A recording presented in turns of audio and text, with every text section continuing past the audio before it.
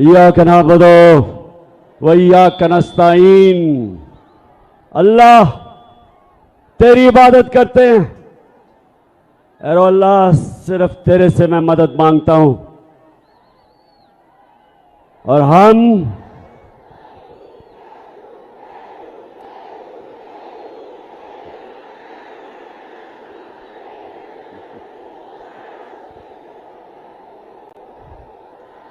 पहले जब भी मैं आपके सामने तकरीर करनी शुरू करता था तो वो क्या आवाज आती थी? डीजल। और ये अब एक नई आवाज आ रही है, ये क्या है?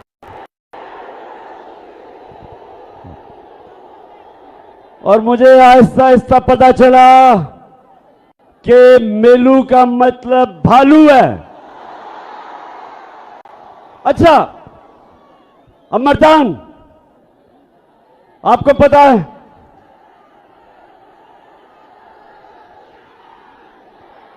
क्या? मर्दान, ये पहली दफा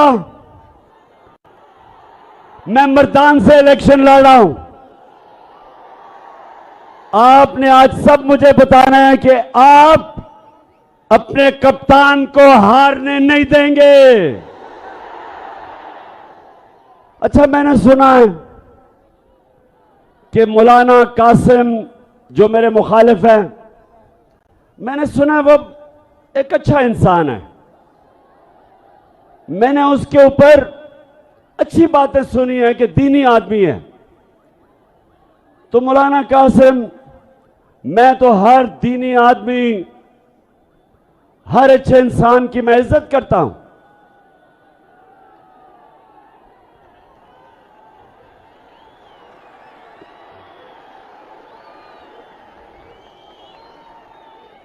लेकिन मौलाना कासिम, मैं आपसे एक वो इंसान जो समझता है कि मेरा मुल्क सिर्फ एक तरह उठ सकता है, जिधर इन चोरों ने हमारे मुल्क को पहुंचा दिया है, वो सिर्फ एक तरह उठ सकता है कि हम अपने नबी सल्लल्लाहु अलैहि वसल्लम की सूरत, उसकी सीरत पे, उसकी सुन्नत पे चलें। यह मेरा ईमान है कि जब तक हम अपने नबी सल्लल्लाहु अलैहि वसल्लम की शरीयत पे नहीं चलेंगे, हम जिस दलदल में हमारे मुल्क को फंसा दिया है इन चोरों ने और अमेरिका के गुलामों ने, जिन कर्जों में जिस तरह इन्होंने हमारी कौम मकरूज कर दी, हम इससे सिर्फ एक तरह निकल सकते हैं कि हम वापस उन असूलों की तरफ जाएं जिन असूलों पे मेरे नबी सल्लल्लाहु अलैहि वसल्लम ने मदीना की रियासत को खड़ा किया था। तो मैं मौलाना कासिम, सबसे पहला मेरा सवाल आपसे यह है कि मेरे अल्लाह का हुक्म है अमर बिल मारूफ व नही अनिल मुनकर। मेरे अल्लाह का कुरान में हुक्म है सारे इंसानों को कि तुमने अच्छाई के साथ खड़े होना है, तुमने हक के साथ खड़े होना है और तुमने बदी का, बुराई का, बातिल का मुकाबला करना है। मेरे अल्लाह ने कहीं भी ये नहीं कुरान में कहा कि जब अच्छाई और बुराई का मुकाबला हो तो आप न्यूट्रल हो जाएं, कहीं आपको इजाजत नहीं दी। तो मौलाना कासिम, मैं सिर्फ आपसे एक सवाल पूछता हूं कि घर में अपने बच्चों से जाके पूछें कि क्या नवाज शरीफ और आसिफ जरदारी ईमानदार हैं? अपने बच्चों से पूछे, अपने घर वालों से पूछे कि क्या तुम गवाही दे सकते हो कि ये जो 30 साल से मुल्क को लूट रहे हैं, ये दो खानदान, पूछे इनसे अपने बच्चों से पूछें, दिल पे हाथ रख के बताएं कि क्या ये दो खानदान ईमानदार हैं? बताओ मर्दान, बताओ। 30 साल से ये मुल्क को लूट रहे हैं। 26 साल पहले मैं सियासत में सिर्फ एक वजह से आया था। 26 साल पहले मैं इनकी चोरी और करप्शन, जो मुल्क को कंगाल करके मकरूज कर रहे थे, यहां का पैसा चोरी करके मुल्क से बाहर लेके जा रहे थे, इसलिए मैं सियासत में आया था। और इसलिए आया था कि जब आप एक इंसाफ का निजाम कायम करते हैं, जब आप ताकतवर को कानून के नीचे लेके आते हैं, जब एक मुल्क में इंसाफ आता है, तब वो मुल्क खुशहाल होता है। कोई मुल्क, एक मुल्क मुझे बताएं, मैं सारी दुनिया पे रहा हूं, एक मुल्क मुझे बताएं जिधर उनकी लीडरशिप करप्ट हो और वो मुल्क में खुशहाली हो। एक मुल्क बताएं। सारी दुनिया में देखी है, गुर्बत की सबसे बड़ी वजह जब उसके मुल्क के हुक्मरान मुल्क का पैसा चोरी करके मुल्क से बाहर ले जाते हैं। तो मौलाना कासिम, आज मैं इन सबके सामने खड़ा होकर कह रहा हूं कि अगर आप समझते हैं, जिनके लिए, जिस कोalition में आप खड़े हैं, अगर आप वो ये समझते हैं कि ये नवाज शरीफ और इसका खानदान और जरदारी उसका खानदान, अगर ये ईमानदार हैं, तो मैं आज आप सबको कहता हूं कि उसको वोट दे दो।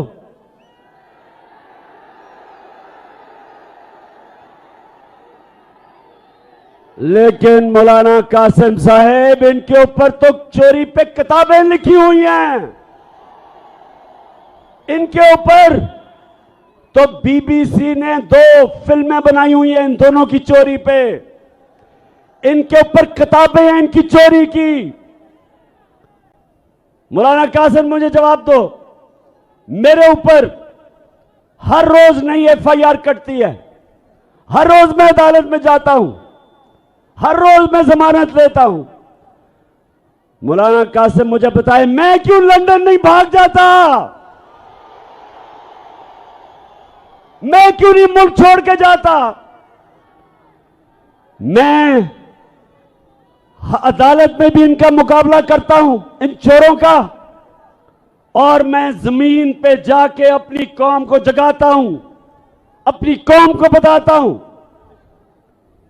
कि मेरी कौम का कोई मुस्तकबिल नहीं, किसी कौम का भी कोई मुस्तकबिल नहीं जिसके ऊपर चोर मुसल्लत हो, जिनके ऊपर अरबों रुपए के केसेस हो।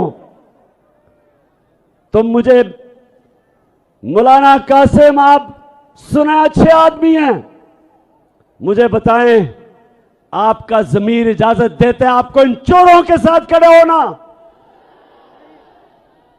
कैसे आप अपने अल्लाह के सामने खड़े होंगे? क्योंकि अल्लाह ने तो वाज़ेह तौर पे आपको हुक्म दिया है अमर बिल मारूफ का। उसने आपको हुक्म दिया है कि अच्छाई का साथ दो। और अगर आप ये समझते हैं कि इमरान खान करप्ट है और फिर चले जाएं इसके साथ, लेकिन अगर इमरान खान करप्ट होता तो वो भी आज दुम दबा के नवाज शरीफ की तरह मुल्क से बाहर भागा होता।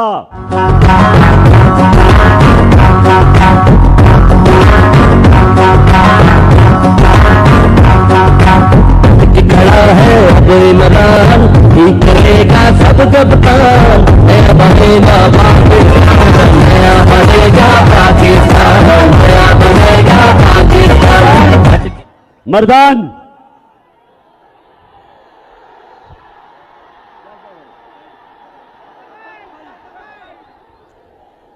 तख्त भाई, लेकिन जिला तो मर्दान है।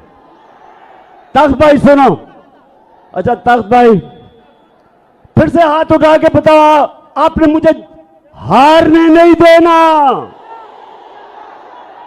मैं सबकी जिम्मेदारी लगा रहा हूं, जितने यहां खड़े हैं मैं सबकी जिम्मेदारी लगा रहा हूं कि आपने घर घर जाके लोगों को निकालना है।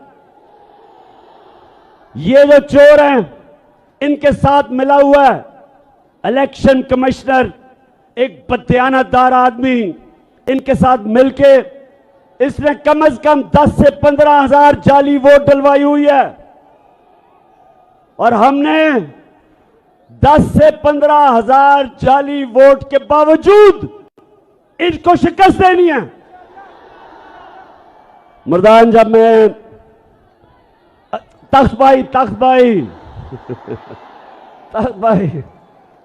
बड़ा वैसे जज्बा है आपको अपने तख्त भाई होने का। मैं अच्छा तख्त भाई, हाँ, अच्छा तख्त भाई, तो मैं मौलाना कासिम साहब, अगर आप ये समझते हैं ना कि जरदारी और नवाज शरीफ चोर नहीं है तो ये क़यामत की निशानी है। करप्शन क्या होती है तख्त भाई? करप्शन क्या होती है? चोरी होती है जब आपके कोई टेलीफोन जेब से निकाल ले, इसको चोरी कहते हैं। चोरी होती है आपके घर में कोई आके डाका मार दे।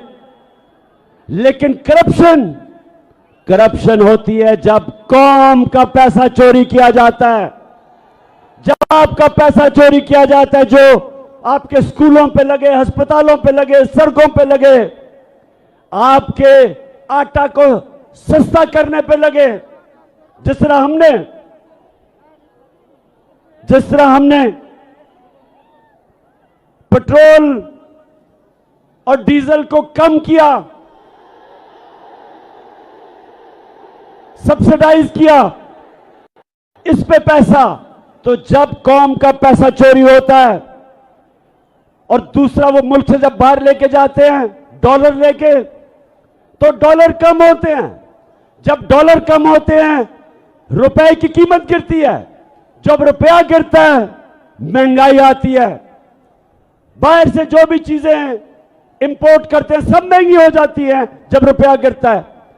तो ये सारे मिलके बताएं कि इनके बड़े बड़े महलात, लंदन में जो 4 बड़े बड़े महलात, मैं अभी आपको भी फिल्म दिखाने लगा हूं, जरा वो भी देखें। उससे पहले करप्शन ये होती है जब इक्तदार में आके आप अपने इक्तदार का फायदा उठा के पैसा बनाते हैं।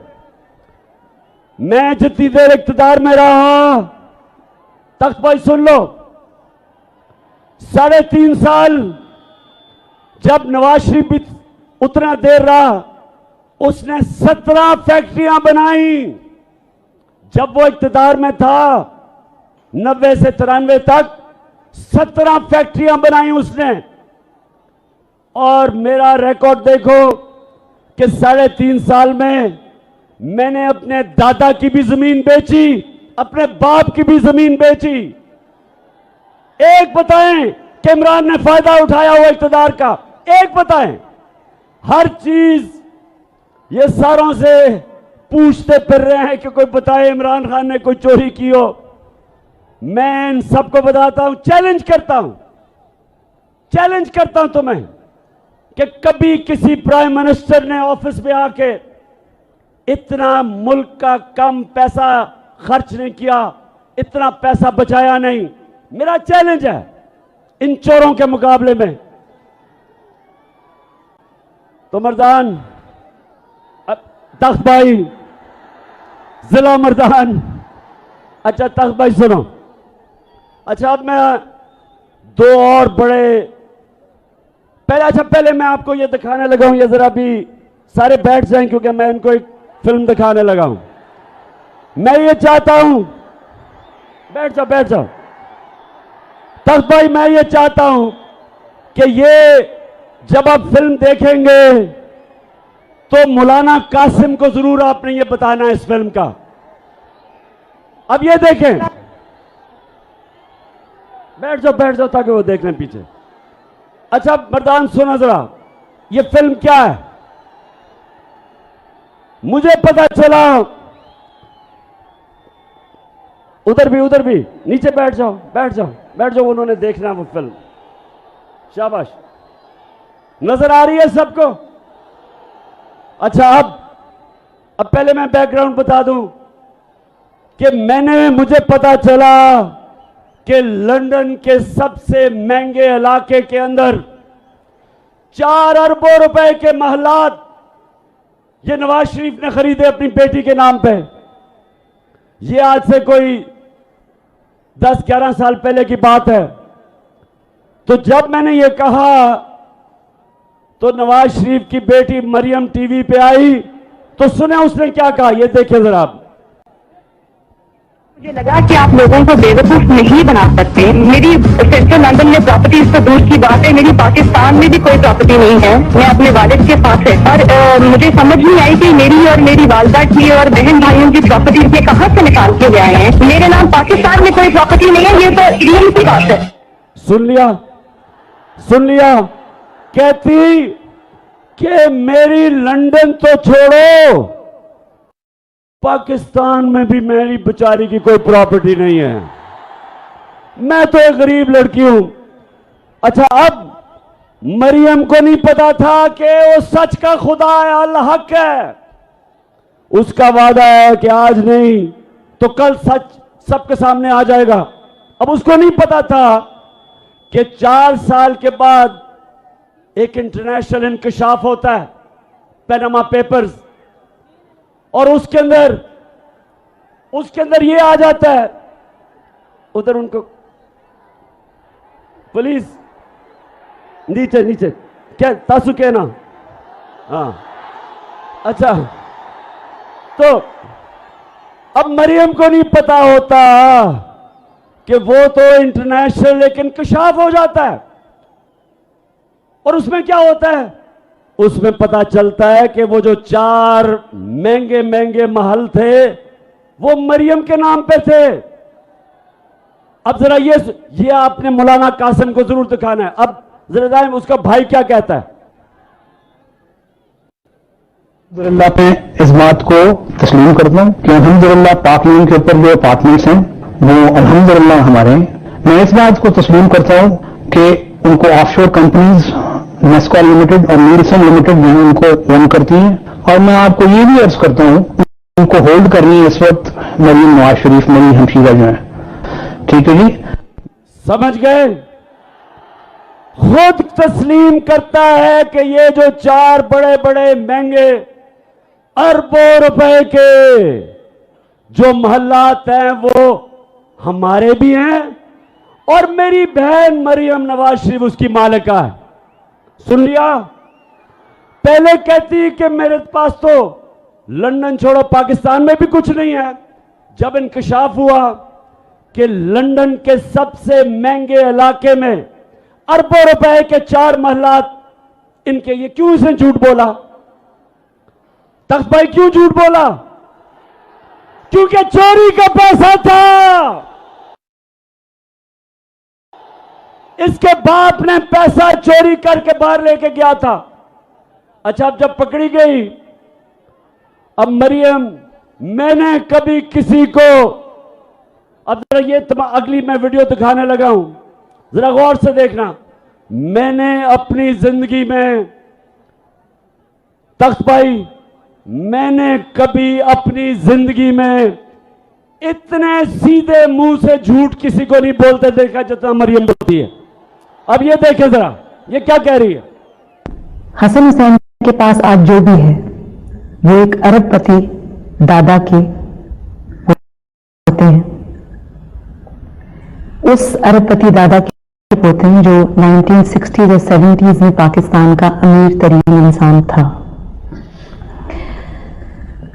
ये जो एसेट्स हैं, ये जो बिजनेस के लिए पैसा है, ये सारा दादा से डायरेक्टली बच्चों को ट्रांसफर हुआ। सुन लिया? कहती, अब ये कह नहीं सकती थी देखिए, मैं आपकी तरबियत भी कर रहा हूं ना तख्त भाई, मैं आपकी तरबियत भी कर रहा हूं। अच्छा, अब इसने क्यों कहा कि जी वो वालिद की नहीं? क्योंकि वालिद का जिस वक्त नाम लेती तो सबको पता था कि वालिद के पास तो पैसा ही नहीं था वो प्रॉपर्टी लेने का। तो उन सबको पता चल जा रहा था कि वालिद ने अवाम का पैसा चोरी करके लिया है। तो कहती दादा का है। अब दादा दुनिया में नहीं था। अब दादा को कौन कहे कि दादे के पास है या नहीं है? अच्छा, अब मरियम का जो दादा था वो शहबाज शरीफ का बाप है। मरियम का दादा शहबाज शरीफ का बाप है। अब शहबाज शरीफ अपने बाप के मुताल्लिक क्या कह रहे हैं, जरा आप ये देखें।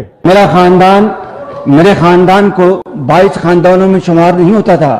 मुझे इसके ऊपर बाइस फख्र है कि मेरे वालिद का ताल्लुक एक गरीब किसान के घराने से था। मेरे वालिद का ताल्लुक एक गरीब किसान के घराने से था। हिंदुस्तान से वो तख्त भाई सुन लिया। वो कहता है गरीब किसान था दादा, वो कहती अरबोपति था। और असल में सबको पता है कि क्या हुआ। मैं इसलिए मौलाना कासिम साहब, देख लो ये झूठों को देख लो। आप इनके साथ बैठे हैं, अमर बिल मारूफ। आप अमर बिल मारूफ के साथ नहीं, आप नहीं अनिल मुनकर के साथ बैठे हैं। आप एक दीनी आदमी हैं, आप कैसे चोरों के साथ जा सकते हैं? और मेलू नहीं लड़ा यहां से, वो 4 से लड़ रहा है। और इंशाल्लाह फिक्र ना करो, इंशाल्लाह धांधली के बावजूद जीतेंगे। आपको पता है तख्त भाई, आपको पता है कि ना पाकिस्तान में जब मैं क्रिकेट खेलता था अपने अपने अंपायर होते थे, ना पाकिस्तान हिंदुस्तान में जीतता था, ना हिंदुस्तान पाकिस्तान में जीतता था। जब उनका मुश्किल वक्त आता था तो उनके अंपायर मदद करते थे। और मुझे अफसोस से कहना पड़ता कि हमारे अंपायर भी हमारे मदद करते थे। लेकिन एक दफा एक कप्तान पाकिस्तान से टीम हिंदुस्तान लेके गया और उनके अंपायरों के बावजूद हरा के आया उनको। वो आपका कप्तान था। इस तरह इंशाअल्लाह ये जो इलेक्शन कमिश्नर बददियानतदार आदमी जिसने 10 से 15 हजार जाली वोट डाले हुए हैं, मेरा चैलेंज है कि अवाम आज पाकिस्तान की हमारे साथ है। उसके बावजूद, धांधली के बावजूद इंशाअल्लाह तुम्हारा वही हाल करेंगे जो हमने हिंदुस्तान का किया था हिंदुस्तान जाके। अच्छा, अब 2 और मैं बातें करनी है तख्त भाई। एक, जो स्वात में हो रहा है, जो हमारे पुराने कबायली इलाके में हो रहा है, जब मेरी हुकूमत थी तो हमने दहशतगर्दी के ऊपर काबू पा लिया था। अब सब जानते हैं कि हमने दहशतगर्दी पे काबू पा लिया था। और आप सब जानते हैं कि मैं बार बार 20 साल कहता रहा कि हमें अमेरिका की जंग में नहीं जाना चाहिए। आप गवाह रहे तख्त भाई, नौजवानों गवाह रहो कि मैं 20 साल कहता रहा कि यह हमारी जंग नहीं, ये अमेरिका की जंग है, हमें इसमें नहीं होना चाहिए। मैं कहता गया कि हमारे लोगों को किसी और की जंग में कुर्बान किया जा रहा है। 80,000 हमारे लोग कुर्बान हुए। कोई पाकिस्तान में टीटीपी नहीं थी। जब हम उनकी जंग में गए तो हर किस्म का पाकिस्तान में दहशतगर्दी हुई। जब मेरी हुकूमत आई, आप सब गवाह हैं कि एक ड्रोन अटैक नहीं होने दिया। हमने वाज़ेह तौर पे अमेरिका को कहा कि हम तुम्हारे साथ अमन में होंगे, लेकिन किसी जंग में हम तुम्हारे साथ शिरकत नहीं करेंगे। और यह अमन हो गया। अब स्वात के अंदर जो हो रहा है और कबायली इलाके में भी, जो पुराना कबायली इलाका था, मैं आज फेडरल गवर्नमेंट से पूछता हूं कि आप जिम्मेदार हैं इसके। आपने कैसे इजाजत दी? बॉर्डर आपके कंट्रोल में है और बॉर्डर से ये जो लोग आए हैं और ये जो अब दहशतगर्दी हो रही है और जो स्वात के लोगों ने कुर्बानियां दी थी जब उन्होंने नकल मकानी की, उनके घर लूटे गए थे, उनको नुकसान हुआ। जो ज़कात देने वाले थे नकल मकानी के बाद ज़कात लेने वाले बन गए। कुर्बानियां दी लोगों ने। हमारे सरबराह हमें अमेरिका की जंग में लेके गया और कुर्बानी अवाम ने दी, खास तौर पे कबायली इलाके की अवाम और स्वात की और मलाकंड की अवाम ने। तो मैं आज सवाल पूछता हूं, फेडरल गवर्नमेंट मुझे जवाब दो कि क्या आपका सिर्फ यह काम रह गया है कि इमरान खान के ऊपर केसेस बनाओ, उसके ऊपर झूठी केसेस बनाओ, एफआईआर करवाओ, हमारे लोगों को जेलों में डालो, मीडिया के ऊपर पाबंदियां लगाओ, शहबाज गिल को पकड़ के जिस तरह आपने उसके ऊपर तशद्दुद किया, और अब आजम स्वाति को जो पकड़ के रात लेके गए और तशद्दुद किया, उसको भी नंगा करके तशद्दुद किया, शहबाज गिल को भी नंगा किया। शर्म आनी चाहिए तुम्हें, शर्म आनी चाहिए। क्या यह तुम्हारा काम है? तुम्हारा काम है अमन, लॉ एंड ऑर्डर आपकी जिम्मेदारी है। लॉ एंड ऑर्डर का यह हाल है कि सारे मुल्क में चोरियां डकैतियां हो रही हैं, स्ट्रीट क्राइम हो रही है। इधर इन इलाकों में जो स्वात के लोग निकले, क्यों निकले? स्वात के लोग इसलिए निकले कि उन्होंने बड़ी कुर्बानी दी थी जब हमें अमेरिका की जंग में लेके गए थे। तो अब आप जिम्मेदार हैं जो हो रहा है। और महमूद खान चीफ मिनिस्टर साहब, मैं आपको आज कह रहा हूं कि फेडरल गवर्नमेंट को से पूछें कि आप अगर जिम्मेदारी नहीं संभालेंगे तो फिर हमें संभालने दें, हम करेंगे, हम दहशतगर्दी के खिलाफ खड़े होंगे। और जो आजम स्वाति से किया, उससे पहले जो कस्टोडियल टॉर्चर बंद करके तशद्दुद किया, उससे पहले शहबाज गिल पे और फिर सहाफियों पे, मैं सारे इदारों को आज कहता हूं कि अगर आप ये समझते हैं कि तशद्दुद करके आप अपनी इज्जत करवा लेंगे, गलत फहमी में ना रहें। इज्जत अल्लाह देने वाला है। आप मार के, तशद्दुद करके, जुल्म करके, आज तक दुनिया की तारीख में किसी जालिम को इज्जत नहीं मिली। लोग नफरत करते हैं, लोग नफरत करते हैं जब जो जुल्म करता है। और अगर आप ये समझते हैं कि आप लोगों की राय रोक लेंगे और इस तरह के तशद्दुद करके जब सारे चोरों को छोड़ा जा रहा है, शहबाज शरीफ जैसे डाकू और इसके बेटे को बरी किया गया एफआईआर केसेस से, जो भी जिम्मेदार है उनको शर्म आनी चाहिए। आप मुल्क के गद्दार हैं। अब भी इन चोरों को एनआरओ दे रहा है, वो इस मुल्क का गद्दार है। मेरे नबी सल्लल्लाहु अलैहि वसल्लम ने आज से 1500 साल पहले कहा, उन्होंने कहा जो कौम छोटे चोरों को जेलों में डालती है और बड़े डाकुओं को नहीं पकड़ती, वो तबाह हो जाती है, वो फना हो जाती है। जो भी आज ये बड़े चोरों को छोड़ रहा है और एनआरओ दे रहा है, वो इस मुल्क का गद्दार है। और हम मुकाबला करेंगे इनका। मैं निकलूंगा इनके खिलाफ, मैं अपनी कौम को तैयार करूंगा। और तख्त भाई आप तैयार हो जाएं, आप तैयार हो जाएं। मैंने कॉल देनी है आपको, ज्यादा देर नहीं है। और आवाम के ऊपर तशद्दुद कर रहे हैं, मीडिया को बंद करके, सोशल मीडिया के पीछे मेरे ऊपर केसेस करके, ये अपने कानों से निकाल लो, ज़हनों में डाल लो।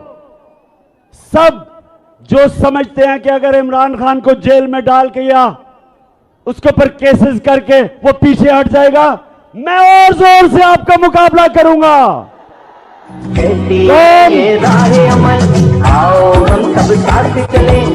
सारी कौम, मैं सारे पाकिस्तानियों को आज कह रहा हूं कि ये मुल्क का फैसला कुन वक्त है, ये मुल्क का फैसला कुन वक्त है। एक तरफ इन चोरों की, इन डाकों की गुलामी है, एक तरफ अगर तख्त भाई और मेरे पाकिस्तानियों, अगर हमने इस वक्त जहाद ना की तो इन चोरों की और इनके बच्चों की गुलामी करेगी ये कौम, एक मकरूज और गुलाम कौम बनेंगे। और अगर हम इस वक्त इनके खिलाफ खड़े होकर जहाद करेंगे, इनका मुकाबला करेंगे, इलेक्शन इनको हराएंगे, और इस्लामाबाद के ऊपर जब मैं आपको कॉल दूंगा, एक अवाम का समुंदर आएगा, तो इंशाअल्लाह अपने आप को हम हकीकी तौर पे आजाद करेंगे। क्योंकि गुलामों की कोई इज्जत नहीं होती, इज्जत सिर्फ आजाद खुददार कौम की होती है। हरे पासपोर्ट की इज्जत तब होगी, हरे पासपोर्ट की तब इज्जत होगी। आजाद, अभी मैं आपको एक आखिरी वीडियो दिखाने लगा हूं, बैठ जाओ जरा, सारे बैठ जाए। आखिरी वीडियो, उसके बाद मैंने आप सबसे हल्फ लेना है, मैं हल्फ लूंगा, लेकिन पहले मैं ये आपको वीडियो दिखाऊं कि इस मुल्क को ये जो चोर को ऊपर बिठा दिया है, ये मैं कैसे जलील कर रहा है। सुने सुने, मैं सऊदी अरब से होकर आया हूं, मैं यूएई के होकर, अभी मैं तुर्की होकर आया हूं, और मैंने भाइयों को कहा कि आप हमारे बड़े अजीम भाई हैं, हमेशा आपने हमारी मदद की। और मैंने यही कहा, जब मैं आया हूं तो आप समझेंगे शायद, मांगने आया, मैं मांग नहीं आया, लेकिन मजबूरी है। हमारा जिस तरह माजी में 75 साल में आपने हमारा हाथ बटाया है, कुछ ऐसा आप हाथ बटाने का मैं वादा करता हूं कि इंशाअल्लाह हम पूरी कौम, हम मिलकर मेहनत करेंगे, पसीना कराएंगे, अपने पांव पे खड़े होंगे। हाँ शहबाज शरीफ, मैं मांगने नहीं आया, लेकिन मैं बड़ा मजबूर हूं। आप मजबूर इसलिए हैं कि आपने, अपने भाई ने और जरदारी ने मुल्क का पैसा चोरी कर करके बाहर ले गए हो, और लोगों को कह रहे हो कि जनाब हम मांगने नहीं आए, लेकिन पैसा दे दो। तो तख्त भाई मेरी बात सुन ले, अब मैं आखिरी बात कर रहा हूं, उसके बाद आपसे हल्फ लूंगा। आप सब ने अपनी जिम्मेदारी समझनी है, इस इलेक्शन में भी और उसके बाद मार्च में भी। अब आपने सारों ने अपना हाथ ऊपर करना है, सब हाथ ऊपर करें। मैं यहां से पढ़ूंगा, आप वहां से रिपीट करेंगे, और टेलीविजन पे जो जो लोग हमें देख रहे हैं वो भी हमारे साथ शरीक हो जाए। और आपने ऊंची आवाज में बोलना है, बिस्मिल्लाहिर्रहमानिर्रहीम। हम हल्फ उठाते हैं कि पाकिस्तान के आइन की हमेशा पासदारी करेंगे। हम पाकिस्तान की खुदमुख्तारी का तहफ़्फ़ुज़ करेंगे कि हम कभी भी अल्लाह के सिवा किसी के सामने नहीं झुकेंगे। और हम पाकिस्तान की हकीकी आजादी के इस जिहाद में आखिर तक इमरान खान के शाना बशाना जद्दोजहद करेंगे और हर किस्म की कुर्बानी के लिए तैयार रहेंगे। अल्लाह हम सबका हामी और नासिर हो। हम सबका हामी और नासिर। तख्त भाई, इस जबरदस्त शानदार जलसे का मैं आपको सलाम पेश करता हूं।